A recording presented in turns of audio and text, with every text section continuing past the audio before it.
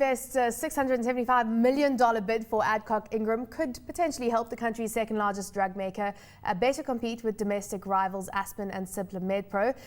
Let's take a look at this and more in the health sector. Stavros Nikolai, Senior Executive of Strategic Trade Development at Aspen Pharmacare, with me in studio. So we're not going to labour on this, but I just wanted to get your view. Is it a good thing for you? How's it going to affect you if Adcock Ingram is bought out by Bidvest, majority bought out? Well, I think, Sam, firstly, thanks for having me on your program. And I think that Aspen is a company that's very focused on its own strategy. So I don't think we look too far ahead at what other transactions are taking place. Not to say we're complacent in any way, but I think for us, we'll carry on competing as we normally do. Okay, there we go. We won't get into this then. But government today launching the new 3-in-1 ARV today, and that of course is a step forward for South Africa. It's cheaper, it's seen to be more effective. Tell us about that in light of course that you've got the lion's share of that specific tender.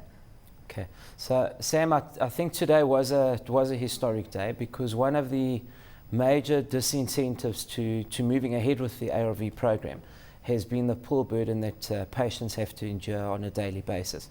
So patients had to traditionally swallow anything between 3 up to as many as 9 tablets a day, and that caused a lot of the patients that are taking ARVs are semi-literate, or they're not patients that tend to have good compliance records.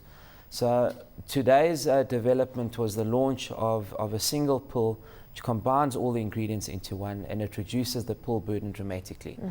That leads in turn to better patient compliance. Better patient compliance will give you naturally better healthcare outcomes.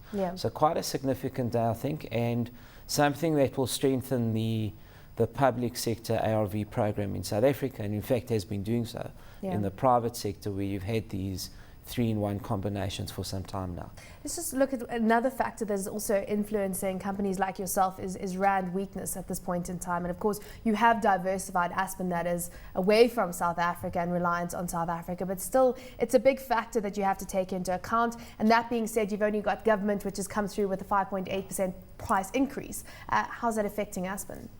Look, I think firstly Aspen has an inbuilt hedge anyway, by virtue of the diversification of our business. So I think revenue-wise, more of our revenue is generated offshore these days than is generated out of South Africa.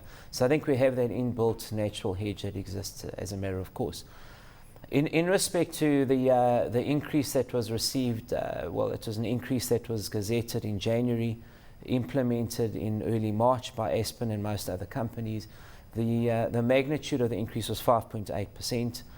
And the increases are generally formula driven. So generally we haven't been unhappy with these increases since they came into inception in 2004.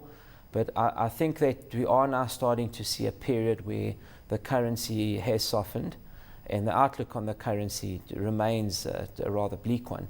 So I think what we'll be doing is we'll be re-engaging government again to see what interim relief we can get. Are they open to that? I think they are open to that discussion. We might not get it immediately, but certainly it's a discussion where we can look to get some compensation from them in the long term.